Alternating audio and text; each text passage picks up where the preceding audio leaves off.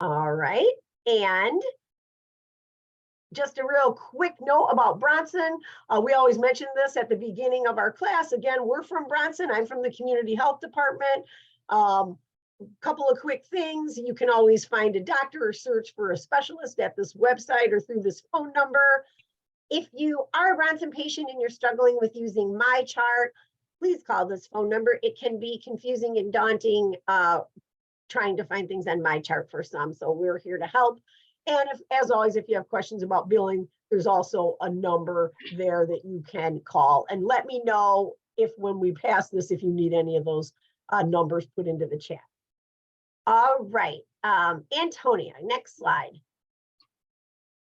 Why don't you tell us a little bit about yourself and then launch right into your objectives? Okay. Well, thank you guys all for coming. I am Antonia Vitale, and I'm a student at Western Michigan University studying nutrition and dietetics. I also plan on getting my master's degree in nutrition and dietetics. And yeah, I'm here today to just discuss a little bit about how to incorporate beans in your diet, because this month is Nutrition Month, the month of March. And so we thought it would be important to talk about this. So today we plan on recognizing different types of beans, learn about different types of beans and how to cook them, learn how to store the dry beans and cooked beans. We're going to gain some ideas on how to use beans in dishes that you can make. We are going to discuss health benefits and sustainability of beans, and then receive some tips and recipes for beans as well. So we just want to start with a little question. So what is your favorite way to eat beans? And you can respond in the chat and send it to everyone. And the chat should be a button on the bottom of your screen.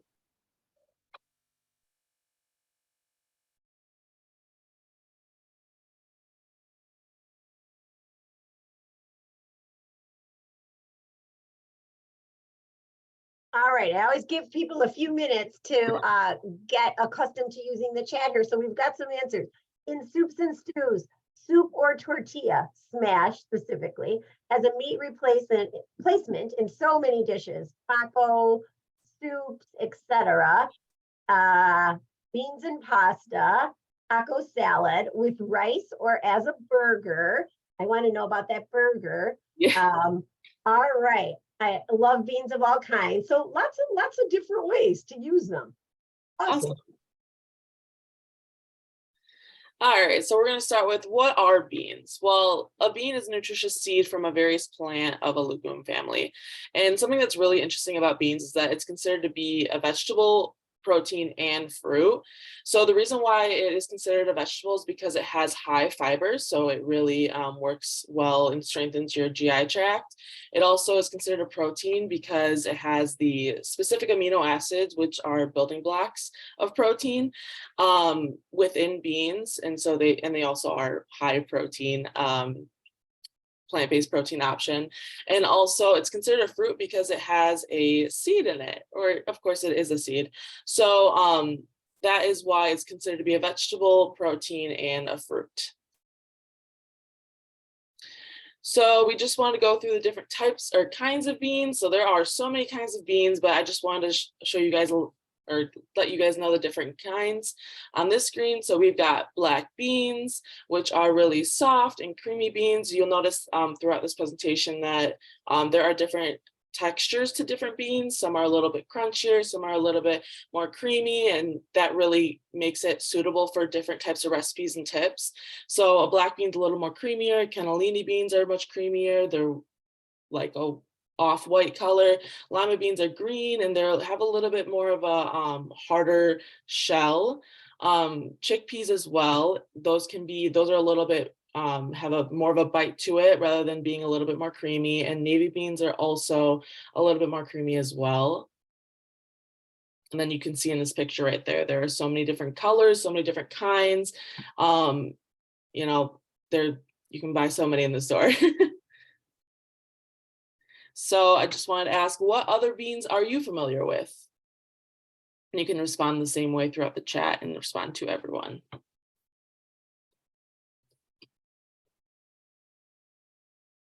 Their answers are coming in. We've got edamame, That's what we've got so far. I'm thinking about other beans. Lentils. I'm going to add in lentils. I love lentils. Red lentils, yellow lentils, brown lentils, green lentils. Pinto and kidney beans. Coffee beans. Ha ha. I agree. Alicia, I agree. I've got some coffee beans right here in my cup this morning. Great Northern beans. All right, so lots of different kinds of beans. And Antonia, isn't there like hundreds of different varieties of beans? Yeah, there are so many. Yeah. So it's, yeah, you could continue to search for more and you'll continue to find more and more beans. So we have Azuki beans spelling. I don't know about the spelling on that one, but I am familiar with those beans, Joe. Thanks for that. All right, keep going, Antonia. All right, so a lot of people would ask, well, why should I eat beans? Well, like I had said, it's considered a vegetable, so it's a great source of fiber. And then it's also a protein, so it does generally have high protein. In fact, a lot of them are comparable to like animal-based protein in the amounts of protein or grams of protein within a serving. It is low in fat, so a lot of the times, maybe those that are like maybe a cardiac diet or like heart healthy diet, they'll eat a lot of beans. It is low cost, so about, maybe you could buy $1 for a can of beans at the store, or maybe even like $1 for a bag of dried beans or a pound. So it is low cost, definitely when you're comparing it to animal-based protein, things that are higher in protein. You're gonna get maybe like $5, if not more, for a pound of animal-based protein compared to $1 for beans. And then beans are also packed with a lot of vitamins and minerals. And I did give you guys some examples like iron, potassium, and vitamin B, but there are many other vitamins and minerals that come with beans. Every bean gives a different maybe amount of vitamins and minerals of a certain vitamin or mineral. So this was just like a generalized what you will find in a lot of the beans. Specifically vitamin B, you get a lot of different vitamin Bs. I've read like vitamins B6 and B12 are the main ones, but you can find B1, 2, a lot of different ones, like I said, bring different types of vitamins. So, and vitamin B is also important to give us, it transfers our food into energy. So that is why these vitamins and minerals are super important for us. So why do beans promote sustainability? Well, I first want to talk about what is sustainability. Sustainability is meeting our needs without compromising future generations' needs. So, for example, maybe we are using just a right amount of a product rather than, using it all right now, and then later on people are not able to get those types of products. So this way, sustainability, everyone kind of gets their needs. And so one of the most sustainable proteins would be beans. Beans really use less water. A lot of the time, I think I read it was beans use 1/10 of the water needed to get ground beef. Ground beef and like animal-based proteins use a lot of water, so beans don't use as much water. Beans also requires less fertilization. They can really grow without that large amount of fertilizations like other plants. So that is also promotes sustainability. And then also beans does not create as much greenhouse gases. So it doesn't really produce as much methane, nitrous oxide, and carbon dioxide that really causes extreme weather and which may cause global warming. So for canned versus dried beans, so canned beans, they are already cooked. Well, I wanted to start off by saying they both can be part of a nutritious diet. It doesn't really, they both bring, one's just cooked, one's dried. They both bring the same amount of nutritious value. One's not necessarily better over the other. So they can both be a part of a diet. So canned is already cooked. They are already hydrated, cooked, and they are ready to eat. For me, like I have a can in my cupboard. I just open it up, put it on some salad. It's ready to go. But it is best to rinse your beans because there can be a large amount of sodium hidden within it. It's for preservative reasons, but just putting it underwater, putting it in a colander or strainer and just rinsing over the water, it really can reduce the sodium by even like 50% of the amount of sodium within that can. So it'd be really helpful to do that when if you do choose canned beans.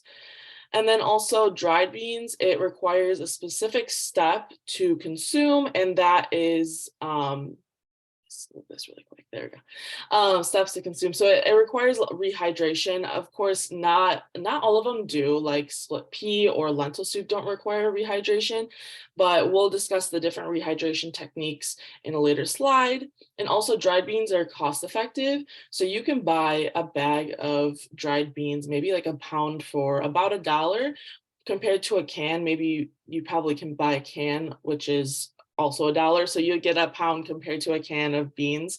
That's why dried beans tend to be cost effective. But of course, dried beans, it's not as, you can't really eat it on the go. You have to rehydrate it and really take some time to cook it.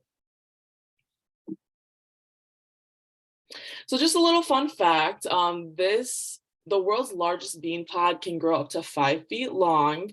And I believe it was a string bean that has the longest one is about 4 feet. So just a little fun fact. I just found this on I just looked it up on Google, honestly, but I thought it was really interesting to share. All right, so how to store dried beans. So storing dried beans is it's more intricate not really intricate, but important for quality and freshness of the bean. So unopened should be about 1 to 2 years at room temperature. You don't really want it to be in extreme temperatures. It really can affect the quality as well. And 1 to 2 years is ideal. Now, if you open the bag and you leave some dried beans, it would be about a year. And it is important to store those dried beans in an airtight container to avoid exposure to air. Oxygen really can decrease the quality of products. And so it's important to have that airtight container when you open dried beans. So instead of, opening the plastic bag of the dried beans, maybe just putting it in a container would be much better for the quality of your beans when you plan on cooking it again. And like I said, beans can last longer. They can be longer than 1 to 2 years or 1 year's open, but the quality and the freshness of the bean, it's going to go down. So if you want optimal, flavor and quality for your beans, it is best to store for 1 year when it's opened, and then unopened 1 to 2 years. So cooking dried beans. So step 1, it's always important to sort and soak. So for step 1, you really want to pick through the beans and discard any foreign material. I know myself when I've cooked with lentil soup, sometimes I'll cook with the red ones, and sometimes I'll see little pieces of like yellow beans, which is just like, like a bad bean pad. But yeah, so you'd be able to do that. And sometimes there's like even maybe some rocks in there. So you just really got to discard those, pick through the beans. And then also rinsing the beans is also important because sometimes there's dust or kind of just any debris. So just making sure that it is clean before you eat it. So step 3 for soaking beans to rehydrate. There are actually 3 ways. And the most that people normally do is overnight soaking. Overnight soaking, you really just grab your beans, put it in a bowl, and you fully cover the beans because you don't want some of the beans being rehydrated, some not. So that's just one option. A hot soak would be to boil the water and beans for 2 to 3 minutes. You remove it from heat and soak up for 4 hours. Now, you'll notice the one below, quick soak, it's the same steps. So you'd boil the water, beans for 2 to 3 minutes and remove from heat and soak for at least 1 hour. So, maybe you'll ask, well, how can that one be for 4 hours and this one for be in at least an hour? And really the quick soak is just for a quicker, if you need your beans at night or something quicker. But I do want to mention that there are substances within dried beans that may cause gas or like discomfort. So with the quick soak, you might experience a little bit of discomfort because it doesn't fully get rid of those substances that may cause gas. So that is kind of like the downside to quick soak, but it still is an effective way to soak or rehydrate your beans. And maybe it might take a little bit longer to cook your beans, but yeah, I just want to make you guys aware of that. And then once they're soaked and rehydrated, you drain and rinse the beans, and then you're ready to cook. Antonia, we got a question in the chat, which is thoughts on slow cooker or Instant Pot cooking for beans? Personally, I haven't experienced that. I know that Chris, you had said Instant Pot. Have you used it before, Chris? Yes, I can jump in on that. To answer the person in the chat, I have cooked lots of dry beans in the Instant Pot. It works great. I do not pre-soak them. I sort them and I rinse them and they go straight into the Instant Pot. And I've cooked black beans that way, pinto beans that way. You could use water, you could use broth. I don't add the seasonings until they're done cooking, which Antonia is going to talk, or almost done. Antonia is going to talk about that in a few minutes. But Instant Pot works. It's been years since I've cooked black bean or beans in a slow cooker, but I have done that too, and I know that works. You can pre-soak or not pre-soak in those cases, but yes, both of those methods work. There's lots of recipes for cooking beans in the Instant Pot, and I will find one and put it in the chat while this is going on. Thank you. Very good question. All right, so step 2 would be stovetop. Wait, you got one more question. You know, I'm following the chat.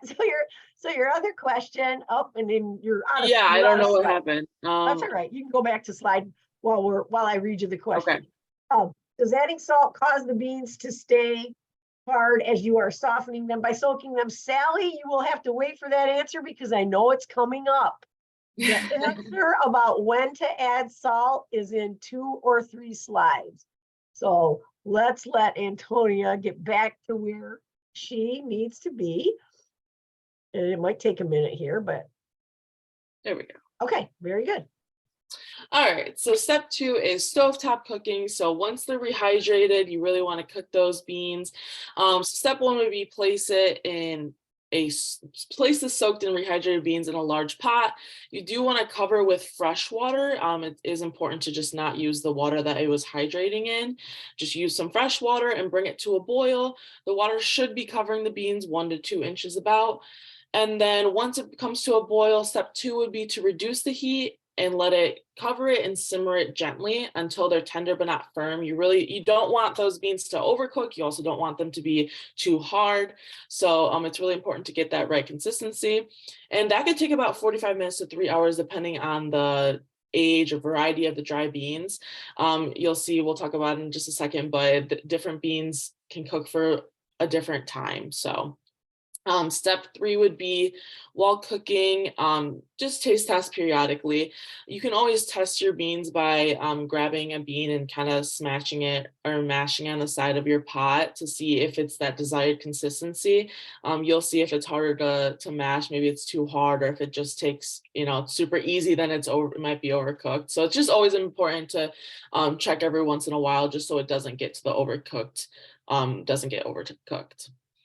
And then for the cooking time, you'll see that black beans and Great Northern beans take much less time, maybe about 30 minutes or so, than kidney, navy bean, and pinto bean. So I always suggest just to look at, if you buy dried beans, there will be instructions and it'll say how long it should be cooking for. I know that like split pea, it does say like 1 to 2 hours on the box. Like lentils, it might say like 30 minutes. So it's always important to look at the instructions. It'll provide you with some information on how long it should be cooking. Worst comes to worst, if you're not sure, like again, you can just taste test it as you're going and check on it periodically.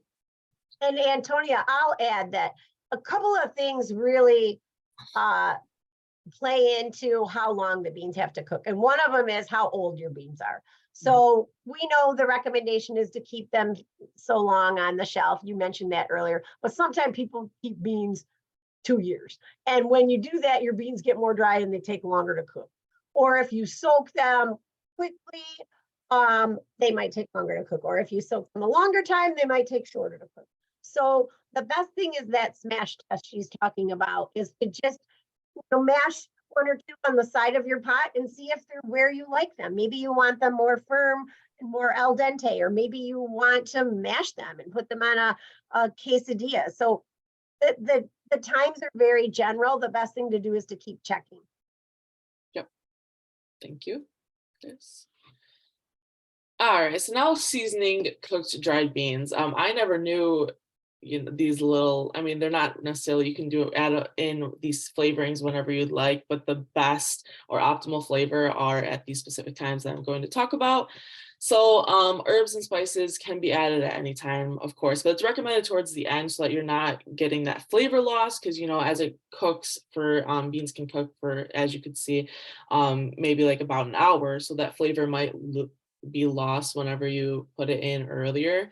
So it is recommended to put them in towards the end of cooking. And then for salt, it is best to add the salt when the beans are edible but al dente. So it's just, maybe a few minutes full to be considered fully cooked. So if you add the salt too soon, it actually can take longer for the bean to become tender.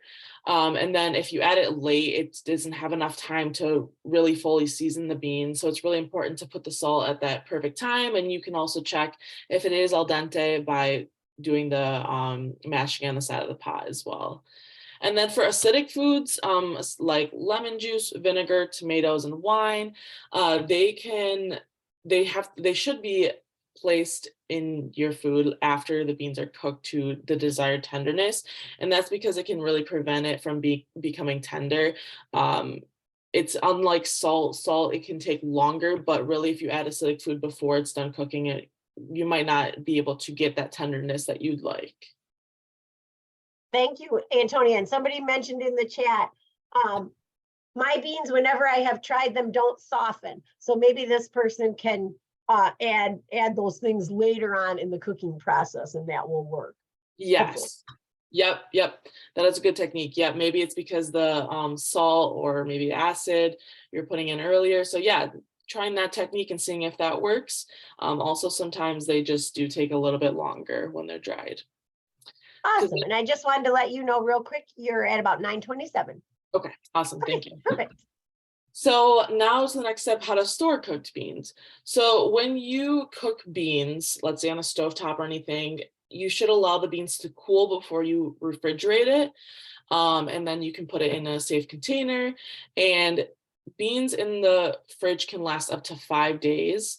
But I do want to let you guys be aware of, if you do mix beans with, let's say, an animal-based protein, so maybe like I've made lentil soup with sausage, sausage, like fridge, I want to say shelf life, but it's not shelf life. How many days it can stay in the fridge is much less than beans or the lentils. So you should be aware of what you're kind of mixing with. If you're mixing with vegetables, it should be okay. But yeah, it's more so the animal-based proteins. So just something to be aware about. And then you can also freeze beans, which is something kind of new to me as well. So you can freeze them up to 6 months. And it's always important to have a safe container or bag. And it's also important to label and date, because I know that sometimes I'll be in a rush, I'll put something in a container and I'll put it in the freezer. And then I'm like, I look a few months later, I'm like, when did I put this in the freezer? So it's always important to label and date, just so you know how long it's been in the freezer, but it can last up to 6 months.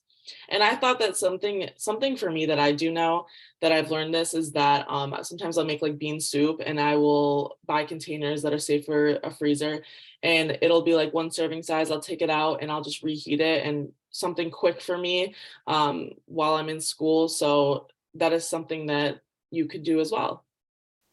Awesome. And I one thing I wanted to add to that, Antonia, is, and I put this in the chat, but in case people didn't see it, is if the beans are if you're cooking like a very large batch of beans in your Instant Pot or slow cooker or pot, you want to separate those into smaller containers before you refrigerate or freeze, because it's really hard for a very large pot of beans to get cool quick enough to remain food safe.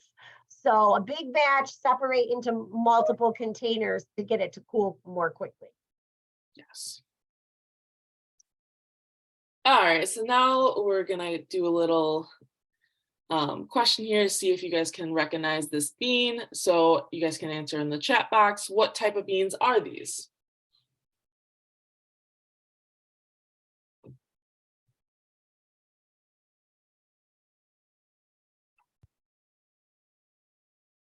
Okay, you got some good guessers. You've got black-eyed peas, black-eyed peas, black-eyed peas, black-eyed peas, black-eyed peas, black-eyed peas. Well, you guys know your beans. They are black-eyed peas. Awesome. She's then, got some stumpers though. yeah. Okay. So what type are these beans?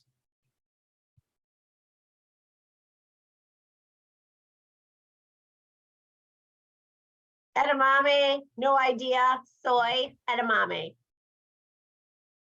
Yep, so that is exactly it. It is edamame. You guys are correct. Do you want to explain what that is for the people that said no idea?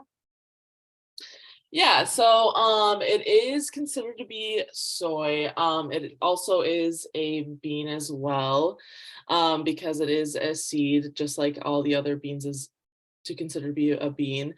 So do you have any additional things to?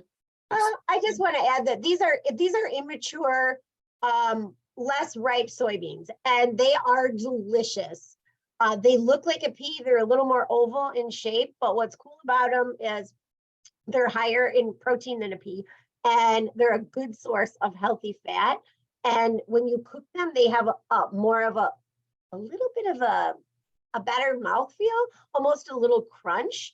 Well, I don't want to say a crunch, but they're firmer. So excellent way to get your protein, a plant-based protein. I will add, if you do buy these, you can buy them like this in a whole pod. There's, I think, 3 beans in a pod, and you have to shell them. Do not eat the shell. It's very tough and fibrous. I don't think it'll hurt you, but not good. And even if you buy them already shelled, you do have to cook them for about 7 minutes. This bean in particular has a chemical in it that can cause a lot of stomach upset if you don't cook them. So unlike a frozen pea, which you can eat straight out of the bag, I don't do it, but you could, you should cook edamame, but they're delicious. Thanks, Antonia. Yeah, so I do know that my family members eat it, and there's freezer edamame. They come with the shell and everything. We just put them on the pot, or even there's microwavable ones. So yeah, just important to eat just not eating the shell, really. It is very fibrous. All right, so now we're going to go into tips. So tip 1 would be to put them in your salads. So we're just going to get some ideas out here. So for black beans tend to be smooth and they have a mild flavor. And a lot of times you will see them in a Southwest style salad. You can top it off with the black beans, corn, onions, cilantro, tomatoes, and avocados. You can even put some salsa and plain Greek yogurt to really dress up that salad. And then you can also use garbanzo beans. The garbanzo beans tend to be a little bit crunchier. They have that nuttier flavor. You typically see them in a Mediterranean style salad. And so one maybe you guys are familiar with are Greek salads. You'll see them a lot in there. So you can have the garbanzo beans and then the olives, cucumbers, some dried tomatoes, some lemon juice, some feta. You can really dress it up that way. And then also what we just talked about was edamame. Edamame tends to be a little bit more buttery, and it is sweet. And like Chris had said, it does have a little bit more of it does have a little crunch to it. You see those typically in an Asian style salad. So they do have to be cooked, and you do not just, typically in a salad, you don't see like edamame with the shell in a salad. You'll typically take the edamame out of the shell and put it on top of the salad. You can have some shredded cabbage, carrots, onions, peanuts. You can drizzle some sesame garlic dressing and some shaved ginger as well. And then you can put them in your soup, your stew, or chili. So for these ones specifically, really, it's just adding it to whatever recipe you've had. So if maybe you have a recipe for chili, you can just add a can of kidney beans. For beef stew, it's the similar thing. You can just add pinto beans to your mixed vegetables, your beef broth, and adding beans to for example, the soup, stew, or chili, it really gives it a creamier broth and consistency that I really enjoy. So I really do love adding beans to my soups for that reason. And something for a little bit more on the go, you can use canned soup and also use a can of beans. So let's say you have a can of chicken noodle soup and a can of kidney beans, just mixing them together, warming it up on the stove or whatever it is. You can really make a nice like minestrone soup. So that's a really good fast on the go way to increase your protein consumption. And then you can add Great Northern beans or black eyed peas to a vegetable soup, just to really increase that protein. Because sometimes with vegetable soup, you're getting that fiber, the vitamins and minerals, but adding beans really increases the protein content. And then we've got tacos and quesadillas. This is my favorite. So with quesadillas, I'm sure a lot of you guys have heard of the Southwestern kind. You add some black beans, onions, peppers, tomatoes, corn and pepper, jack cheese into a quesadilla, really warm it up on the stove, and you can get a quesadilla from that.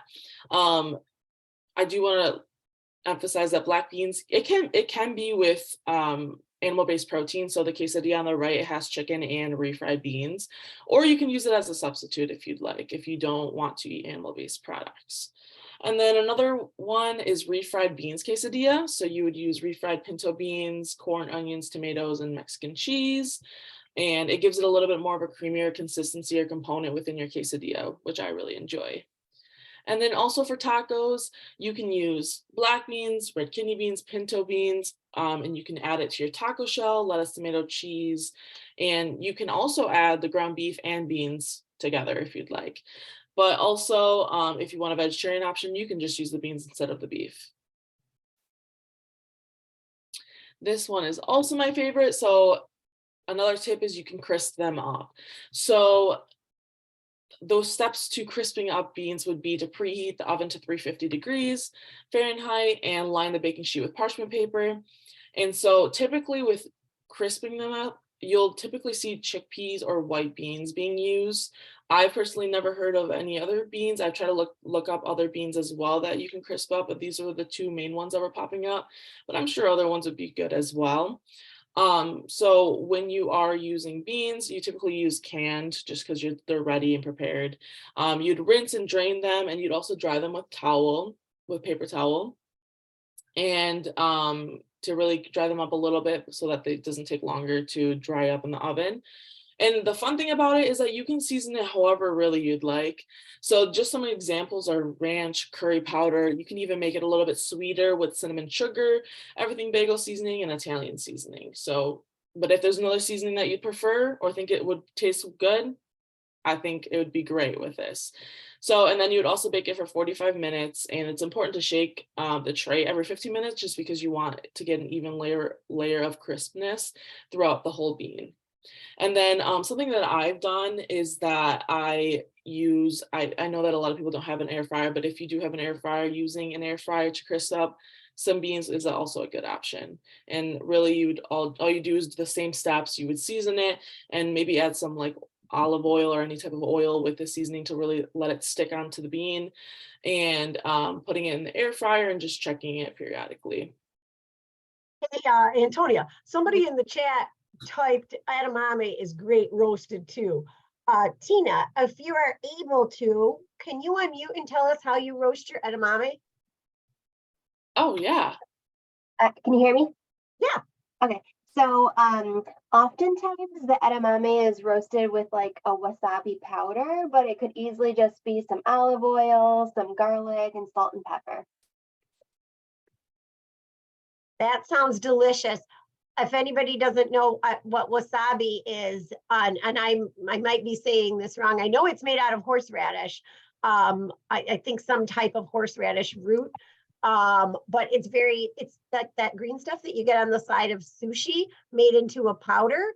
Obviously that's not my culture, so sorry if I'm misrepresenting there, but it will clean out your sinuses and it's spicy.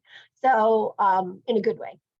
So thank you. Yeah, it does sound delicious. You can get a little bit, a spicier bean as well. So thank you for sharing. All right, so another tip would be just to add them to your salsa, something super simple. So you can make your own salsa. You can make corn, tomatoes, red onions, cilantro, and really dice them up. Or I truthfully, maybe you could go to the store and just buy already made salsa and then just add a can of black beans. Of course, you'd have to drain them and everything and then add them into the salsa so that it doesn't create extra liquid in the salsa. But yeah, so just a little quick tip. All right, so now another question is, what type of beans are these? You can answer that in the chat.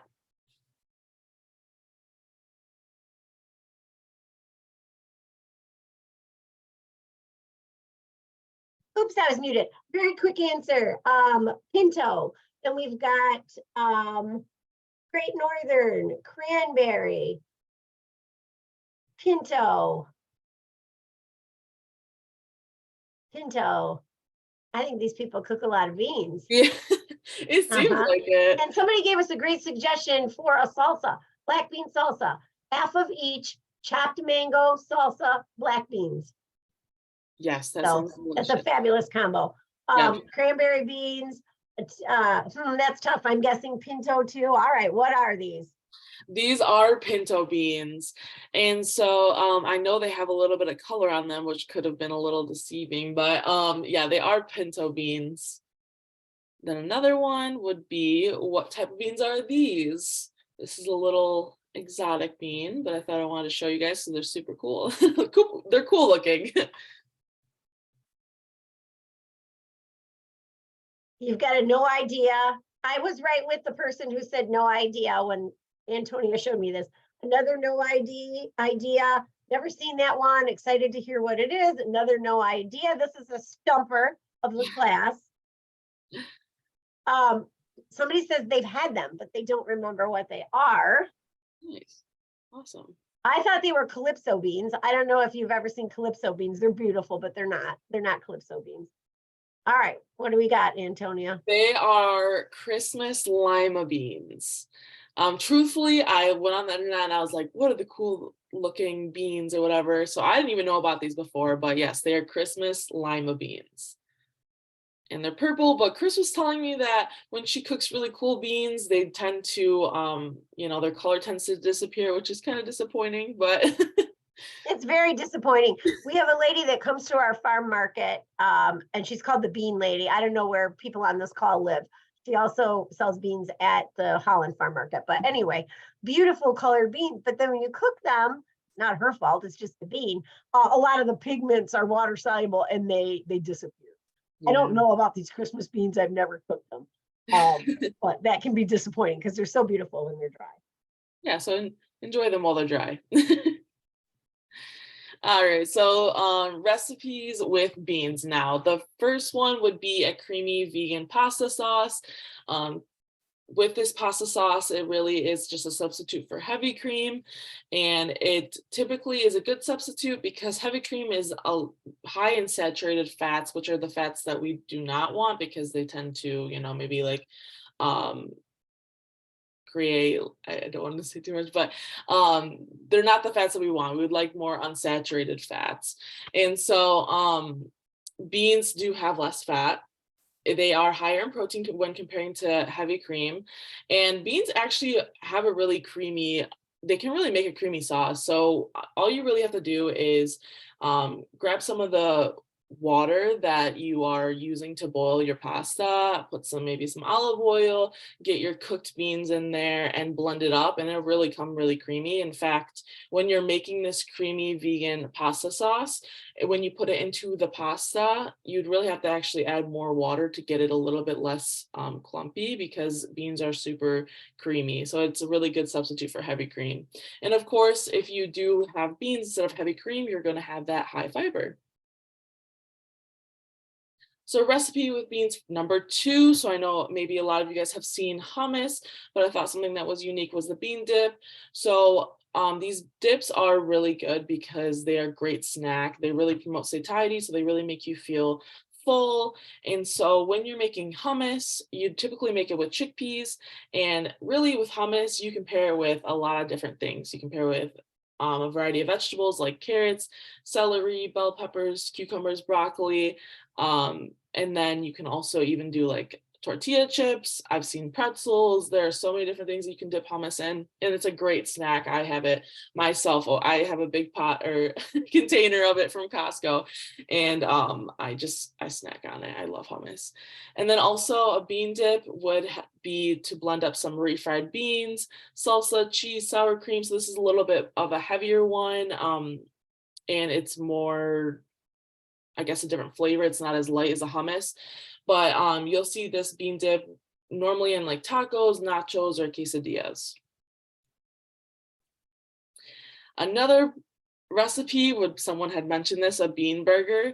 I personally love these bean burgers. I make them myself very often. They typically with a bean burger, you use a creamier bean, and that is because you really want the patty to stick well. So you'd use like black, pinto, navy, or white.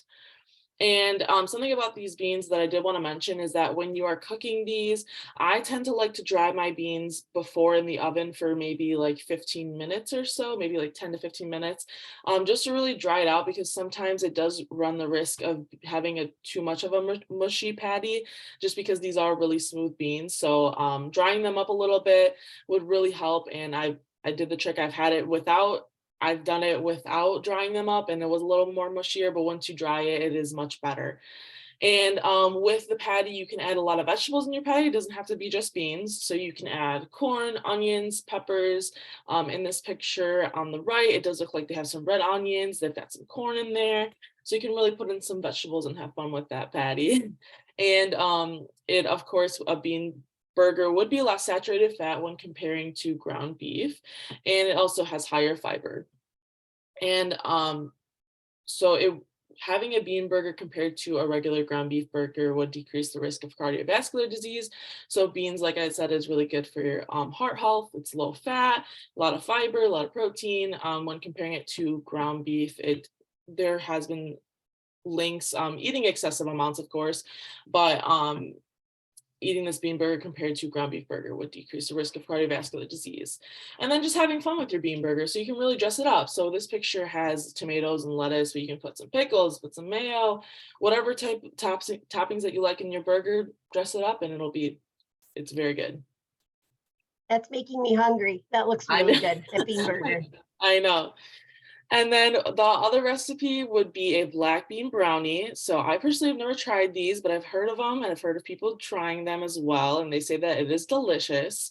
So the recipe that I was looking at, it didn't use flour. So they use the bean as a flour substitute. And as you can see, it's really moist brownie. So if you like a really moist brownie, this is for you.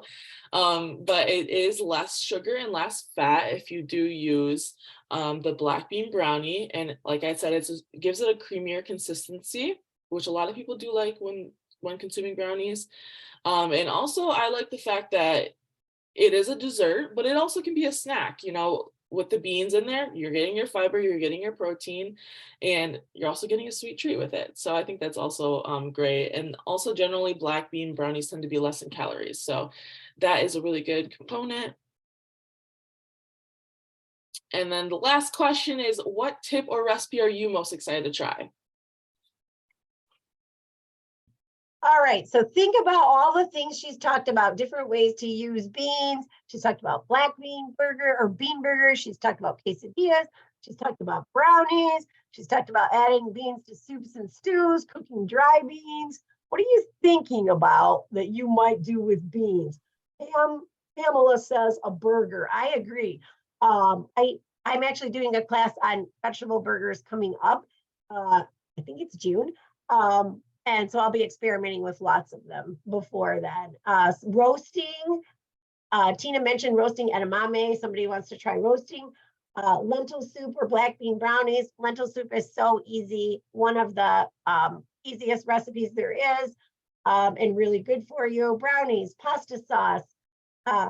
Somebody says making my bean burger recipe. It has been years. Also the brownies. I have had most of the other way, somebody says, and then somebody says, I haven't made the black bean brownies in some time, so I'll do that again. So lots of ideas about how people will try these. Awesome. All right, so we're just gonna go over and see if we hit all these points. So did we recognize different types of beans? Did we learn about the different types of beans and how they can be cooked? Did we learn about how to safely store and cook these beans? We've gained knowledge on how to use the beans in dishes, like the dried beans and the canned beans. We also discussed the health benefits, like the high fiber, high protein, and sustainability of the beans, using less water, less fertilization. And we also received some tips and recipes for the beans. So thank you. Go ahead. Yeah, Antonia, thank you. Again, Antonia is a student at Western Michigan getting her degree in dietetics. She'll be moving on to an internship. I think she did a fabulous job talking about beans. We've got a few minutes. Does anybody, and somebody said, great job, go Broncos. If you've got any questions about beans, please type them in the chat or unmute. We want to thank you for coming to this class. I know I learned a lot. Thank you, Antonia. Anybody else have any questions? I see great class. I'm glad to know they can be frozen. Yeah, so we'll hang out a few more minutes to see if anybody has any questions, but we appreciate you being here. And Antonia, I think you did a great job. Thank you for your presentation. And I hope the rest of you have a great week. Always check bronsonhealth.com classes, or just go to the Bronson Health website. There are a couple buttons you can click on. You can click on nutrition. You can click on, I don't remember. There's like 6 or 7 buttons there, but you can find our classes there. We also have a webpage called Bronson Eats that's easy to find. You can find our class list there. So hopefully we will see you again soon. Thanks again for coming. Thank you, everyone. All right. Oh, I will stop the recording. So do see